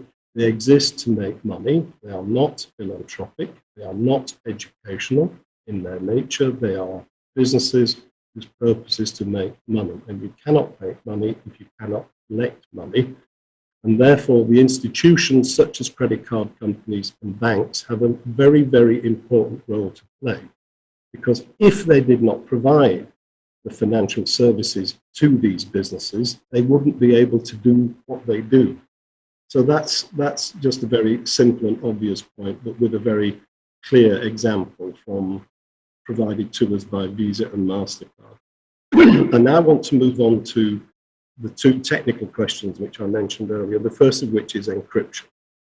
Encryption, as I'm sure you will know, but let me just remind you, it's a way of disguising the content of a message, and the message could be words, it could be pictures, still photographs or videos, so that only the person on the other end can decipher and see the message or see the videos, see the pictures or whatever. And modern forms of computer-based encryption use complex mathematical formulae to encrypt anything which can be put on a drive or sent over the internet, anything, in other words, which is digital. And some forms of encryption do allow you to see parts of the content, and there's a particular type of encryption called homomorphic encryption that do that. And banks use that, by the way, because they have to know certain things about transactions that they are undertaking. But unfortunately, homomorphic encryption doesn't work at scale, so it wouldn't work on major platforms like Meta, Instagram, or Facebook Messenger. They use forms of encryption which essentially blind the companies to anything and everything that's contained within the message. Now, this is not always Meta. Let's take Meta just for 1 second. Meta started using a tool called PhotoDNA. I'm sure that's been mentioned before at your conference in 2009. And that's enabled them to see gigantic quantities of CSAM that people were trying to publish or distribute using their network. So the tools do exist which allow companies to detect CSAM and stop it from ever being published in the first place, or to delete it very quickly and report it to the police or the authorities. Those tools do exist, but if you introduce encryption into the equation, if a company starts using encryption, those tools are blinded and become useless. However, there is an answer to this problem. You can use a system or an approach called client-side scanning. And essentially, it's a very simple idea. All it means is that you inspect the content in the message before it actually goes into the encrypted tunnel. And it's a very simple way of getting around the problem of encryption, because otherwise, if you only use encryption and you don't use client-side scanning, you have absolutely no means of seeing what content is being distributed over your platform. I mentioned earlier that tools like PhotoDNA, and there are now several different ones, but they all perform the same function. They've been in use since 2009. There have been no known cases, no known instances of the technology getting it wrong. In other words, whilst people can say theoretically that these tools could misidentify an image, they could mistake a picture of a pony dancing or a kitten, doing something in the house or whatever for CSAM. In fact, it's never happened in the way that has led to anybody being investigated, much less anybody actually being arrested or brought to trial. So the idea that these tools have an error capability is theoretically true, but that's true of every piece of software that's ever existed and ever been used on the internet. But in practice, there has never been a case where PhotoDNA or a similar tool has failed. So let's go back to this question of client-side scanning and look in particular at the case of Apple, right? Apple has built its reputation on the way it protects users' privacy, and it uses strong encryption on a large scale. I apologize if you've seen these numbers before, but just for clarity's sake, in the last year for which figures are available, 2023, NECMEC received 36 million reports of CSAM, covering over 100 million different individual items of CSAM. That was the largest number that they'd ever received in a single year. 1.4 million of these reports came from Google, 17.8 million came from Facebook, that's from Facebook, the main platform, or Messenger, and 11.4 million came from Instagram. How many reports came from Apple in the same year? The answer is, I'm afraid, 267. Not 267,000, 267. Now, there is no reason at all to suppose that the user base of Apple is significantly different from the user base of Facebook or Google, Instagram or whatever. So why was it that Google, Facebook, and Instagram were able to report millions and Apple only was able to report 267 in the same year? And by the way, that wasn't a freak year. Every year for which numbers have been published, it's been the same. I think the year before, Apple reported 197. I think the year before that, it was 160. The numbers of images being reported by Apple are disgracefully low. And the reason is they already use encryption on a very large scale. And in February 2020, a very senior executive of Apple, a man called Eric Friedman, I've written about this, by the way, in this PowerPoint, I provide a link to the blog that I've written about this subject. Eric Friedman said that he thought Apple was probably the worst offending platform on the internet when it came to the distribution of CSAM. And in a way, it's logical that would be true. If pedophiles and people who want to distribute CSAM know that there is a platform which uses encryption, that's going to be the platform of first choice because they know that the chances of them being caught are very close to zero. So in February 2020, Apple acknowledged that they had a major problem with CSAM. And in the following year, August 2021, they came out with a client-side solution, client-side scanning solution for dealing with this problem. And they emphasized that it had multiple levels of auditability. When they announced the scheme, Apple really handled the communications very badly. And they were bullied by elements of the free speech and privacy community in the United States. And eventually they abandoned their plan. They just gave in. They just said they weren't going to proceed with it. They said they would do other things without ever specifying what those other things were. But whatever those other things might have been, the simple truth is, if you intentionally blind yourself to what's happening on your platform, you specifically refuse to look at whether or not CSAM is being distributed. And of course, you are going to be failing children on a very, very large scale. So I want to move on now to the last point I would have made had I done the full presentation, and that's the role of AI, which I'm sure again has been mentioned. Oh, sorry, I missed a bit. Leading technical experts have agreed that client-side scanning is a viable option for detecting illegal material without compromising the privacy of the remainder of the message. And it's already in use, as I said, in conjunction with some encrypted messaging services. And WhatsApp, for example, is able to detect spam and other things within its service, and it's an encrypted service. So the idea that there aren't solutions that can allow us to address the problem of CSAM within encrypted environments is simply not true. And I was an advisor to ECPAT International for many years, and in Europe we did 2 major studies, public opinion surveys on this question, and public opinion was overwhelmingly in favor of requiring companies to do stuff, to find CSAM and remove it from their network as quickly as possible. They said that if there were any privacy issues here, and I emphasize the word if there were any privacy issues, they still thought that it was more important to deal with the protection of children than it was to give in to the arguments about CSAM, about privacy. Protecting children was their #1 priority. So, of course, any piece of software can be misused by anybody. And we've no reason to believe that that can't continue to happen. The only answer to that is transparency and auditability. And you'll notice, by the way, that in Apple's solution, the solution that they came up with earlier, they emphasized the auditability of their solution.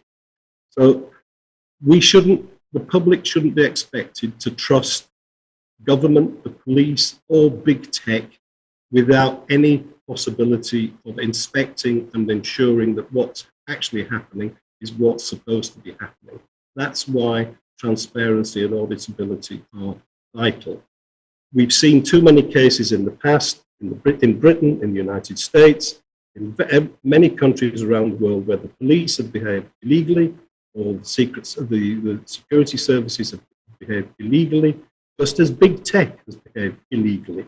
They have abused people's rights to privacy, and that's why there is so little trust around these issues. And that's why the only solution, in my opinion, is to come up with new institutions which are trustworthy, which can, through transparency and audit mechanisms, guarantee to the public and to the courts and everybody that nothing improper is happening on mass messaging systems.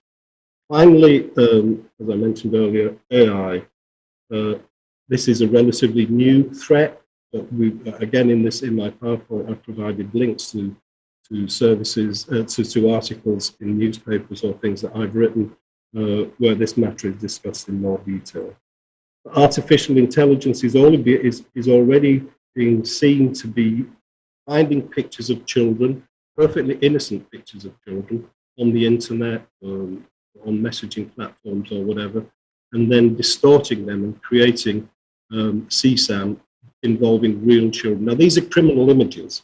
These are still crimes in most jurisdictions. In the United Kingdom, for example, it is not necessary when you go to court or when the police when a prosecution is brought, it is not necessary to prove that the child in the image is a real child.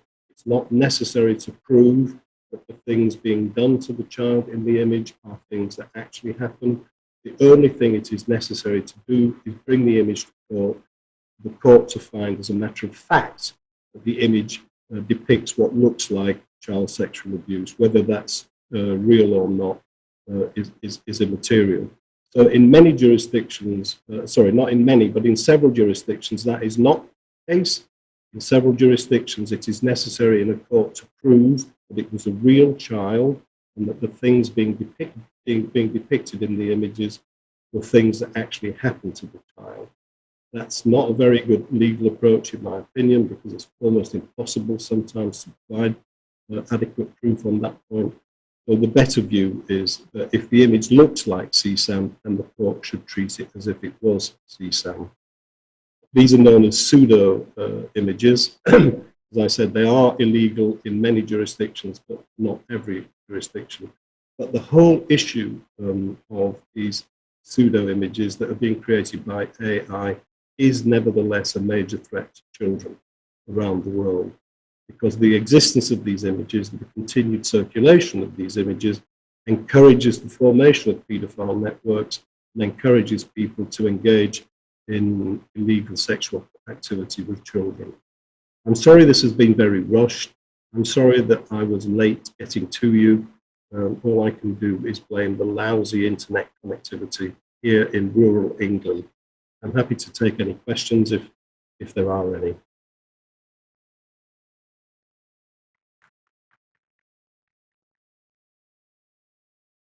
Thank you very much, Mr. Ka, for raising these points. I'm sure it will generate even more questions. So we still have around 15 minutes. Yeah, I see lots of hands from the room. I think the first one was in the middle there, the lady at the back. Thank you.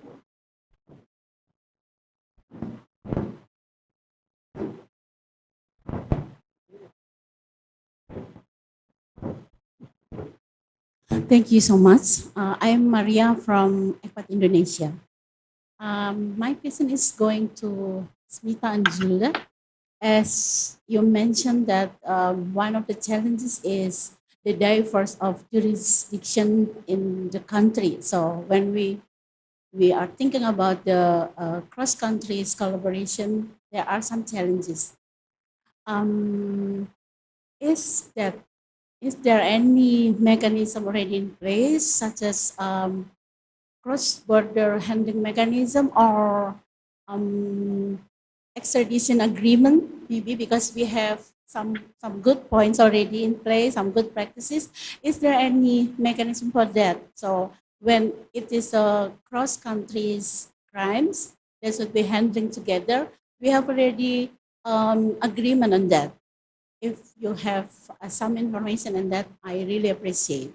The second question is for Mr. Lance. When you talk about cryptocurrency, also I'm asking about if you have already a best practice when the companies or the corporate want to register their business.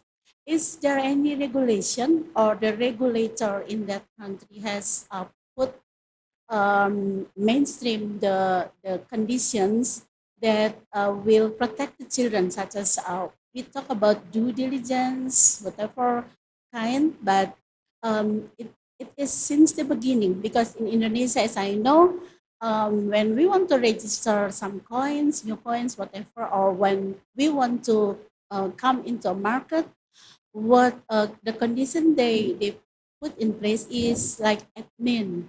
It's they're legal, they have this kind of capital, blah blah, but no point on child protection.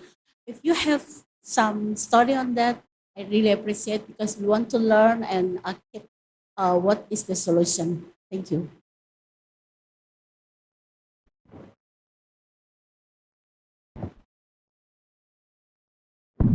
Thank you so much for your question. I think the most important mechanism which is available for intergovernmental and also inter-regional cooperation is Interpol. I would further emphasize to the member countries, especially to civil society, who can act as the watchdogs to put pressure and do advocacy with the intergovernmental organizations as well as your own law enforcement, not to just have these kind of platforms for exchange, but also be actively participating in Interpol mechanisms like the database which I was talking to you about, because this kind of database which has intelligence and is connected to different countries' investigators helps you identify victims much quicker and brings down the duplication of efforts. Thank you. And with crypto and new exchangers coming online, I was in Malaysia, United States, and now here in Indonesia, watching how that was developing.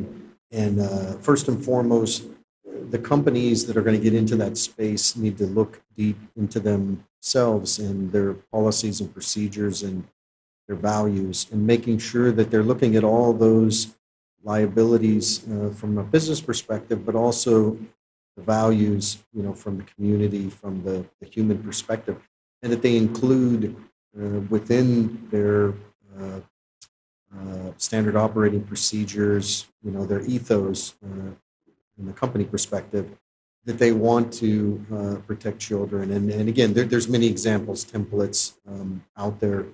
Again, whether it's through some of the best practices, from the United States, from the EU, from, maybe even ASEAN, if there's anything published, they can go that way.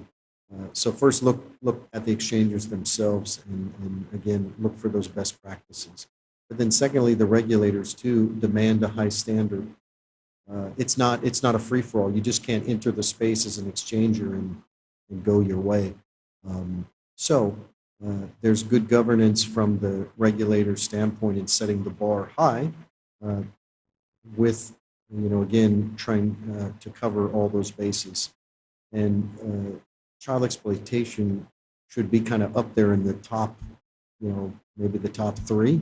I mean, you got frauds probably, on the very top tier, terrorism, and probably I would say child exploitation. I mean, if you look at those three areas, if you're defrauding, if you're terrorizing, or if you're, hurting kids, that probably has the most of your attention. So if both the companies and the regulators are in the weeds there and making sure that those bases are covered, then you should be able to enter into the crypto space as an exchanger in good stead.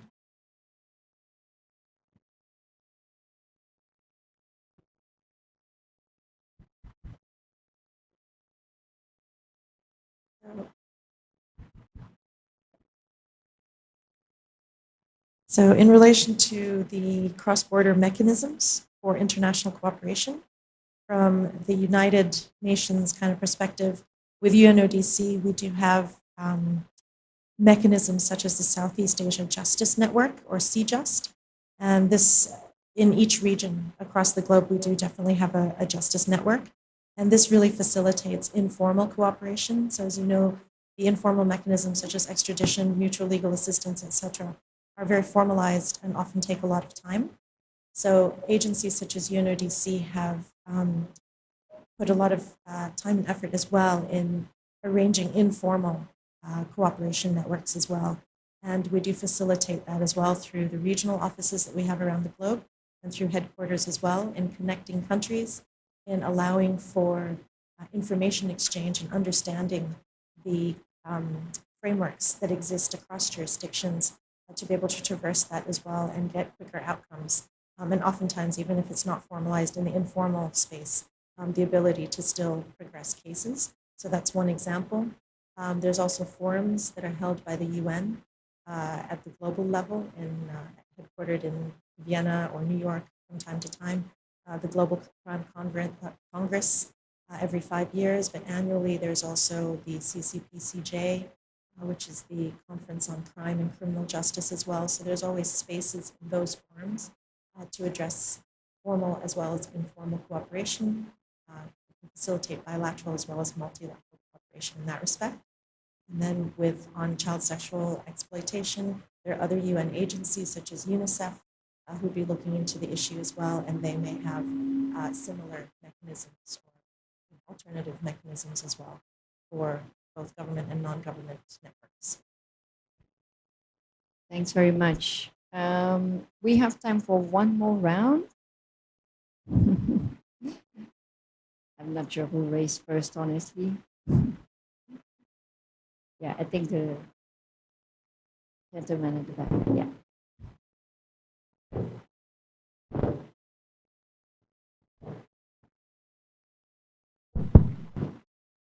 Thank you and good afternoon. My name is Marvin from Hukum Online, and my question is for Mr. Andi Ardian of ECPAT Indonesia. So, speaking to Hukum Online, the Deputy for Special Child Protection, Ministry of Women Empowerment and Child Protection, Mr. Nahar, stated that in 2019, the Ministry of Women Empowerment and Child Protection, together with other ministries, started drafting a presidential regulation regarding roadmap for child protection in the digital realm. The presidential regulation aims to disable access to contents containing violence, pornography, and online gambling for children under 18 years old. This regulation was drafted in 2019. We are now in 2024. 5 years later, and the presidential regulation is still being drafted. Coordinating Ministry for Political, Legal, and Political Affairs, or Kemenko Polhukam, has stated that Indonesia is in state of emergency in regards to child pornography. In 2019 to 2023, child sexual abuse materials has reached 5.5 million, putting Indonesia fourth in the world and second in Asean. My question to you is, how do institutions that operate outside of governments like ECPAT, specifically ECPAT Indonesia, and other NGOs, think tanks, research institutions, plan to push and create a sense of urgency for the government to implement relevant regulations to prevent child sexual exploitation, especially in the digital realm? Thank you. Yes, about the presidential regulation, drafting of the presidential regulation for child online protection. Uh, Actually, this is one of the our advocating with the Indonesian child online protection since 2017. When we discuss about the uh, global cybersecurity index from the ITU, they state that Indonesian doesn't have like regulation, specific regulation for the child online protection. In 2017, the Ministry of Informatica and Telecommunication have like the guidance about the child online protection roadmap, but it is not the regulation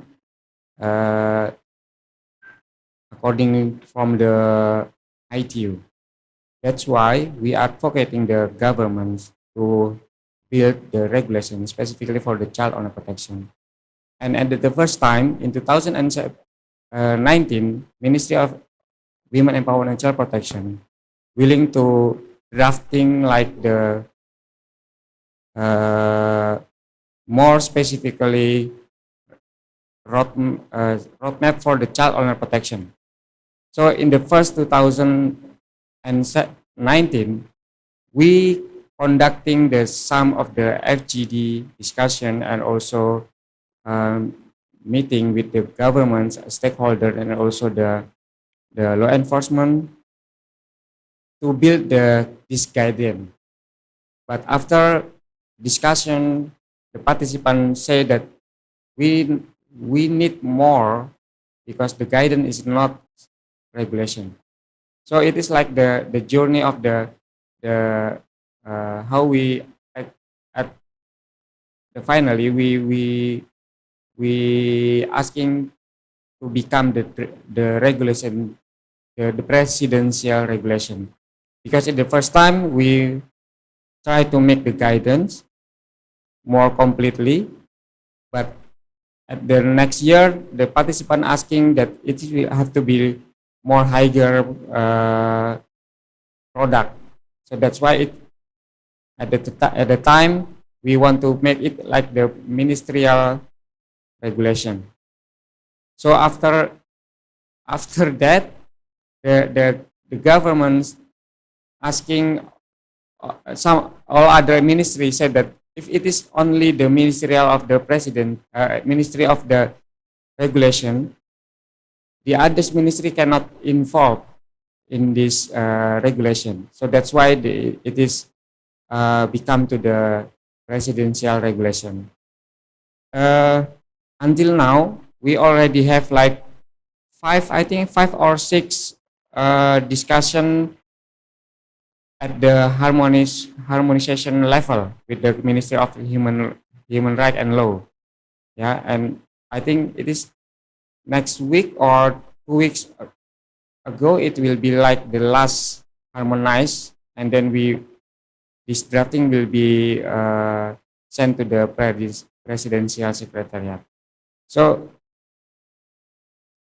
we advocating the government is not only ECPAT actually, even ECPAT and some of others person in the ID Corp also involved in the drafting of this president's regulation.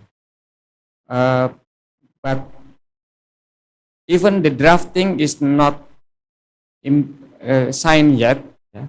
But we see there are so many progress in the online protection issue, child online protection issue, because the Ministry of Informatica and Telecommunication willing to have like the presidential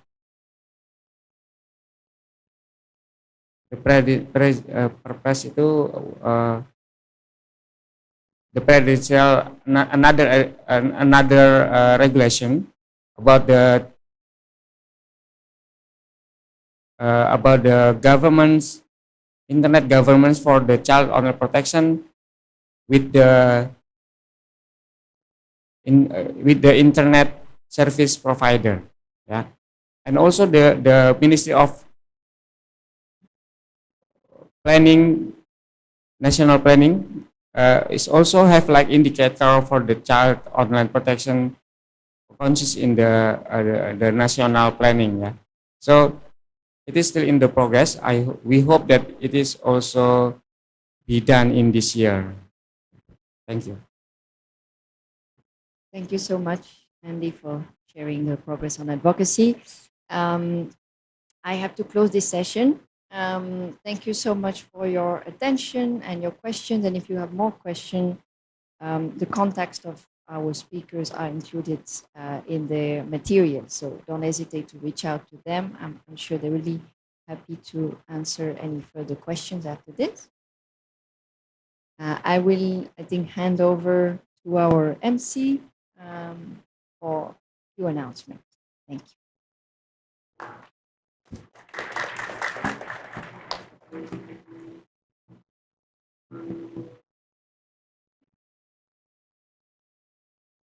Thank you, Mrs. Zui, for guiding us through the plenary session.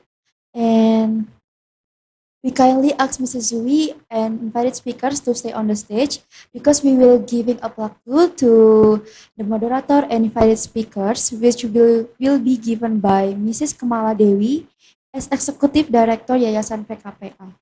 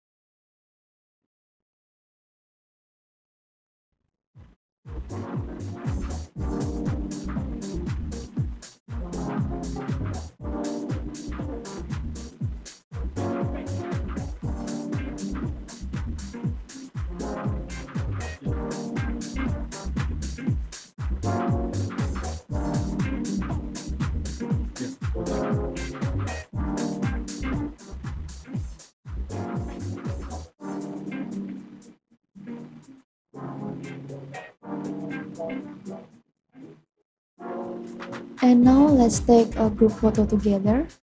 Count from 3, 2, 1.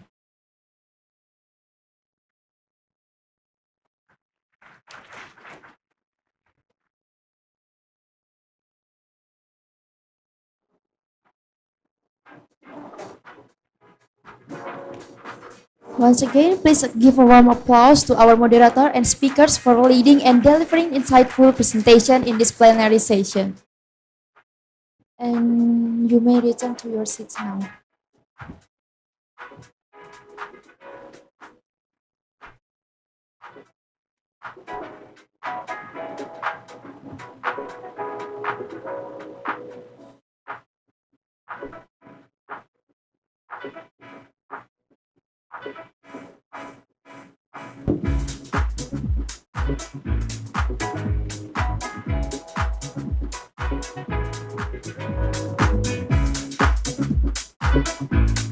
Ladies and gentlemen, we are now in the lunch break.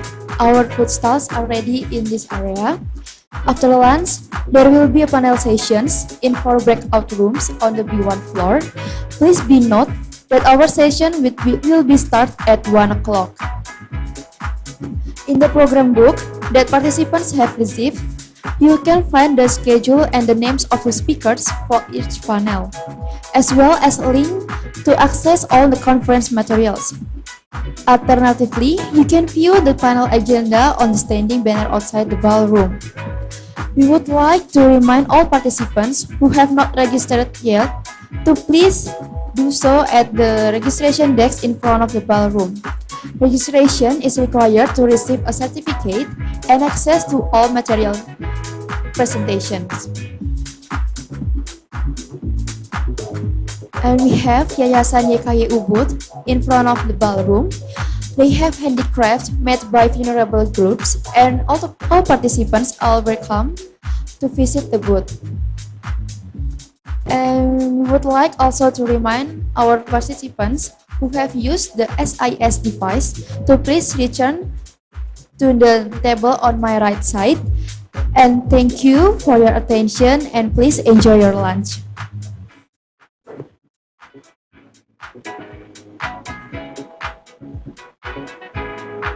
Recording stopped.